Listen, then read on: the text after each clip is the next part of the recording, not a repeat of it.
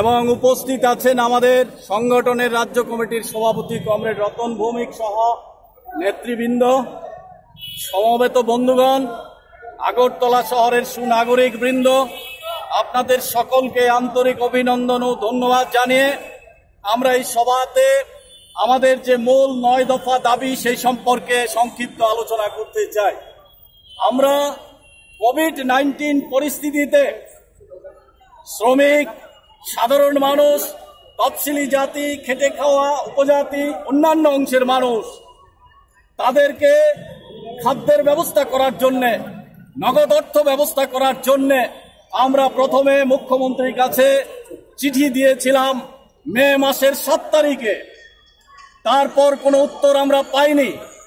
June মাসের প্রথম সপ্তাহে আমরা আগরতলা শহরে আন্দোলন সংগঠিত করেছি, তারপরও কোনো সুরাহা হয়নি।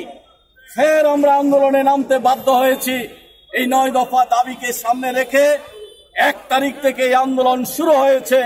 যতক্ষণ পর্যন্ত না এই দাবি পূরণ হবে ততক্ষণ আমাদের এই আন্দোলন চলবে।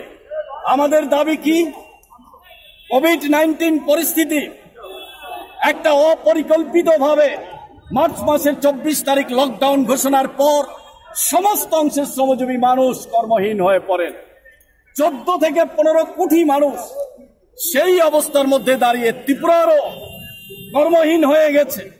তাদেরকে রক্ষা করার জন্য আমরা দাবি করেছি, যাদের পরিবারে ইনকাম নেই, ইনকাম ট্যাক্স দেয় না, তাদের পরিবারকে 7,500 টাকা করে মাসে দিতে হবে।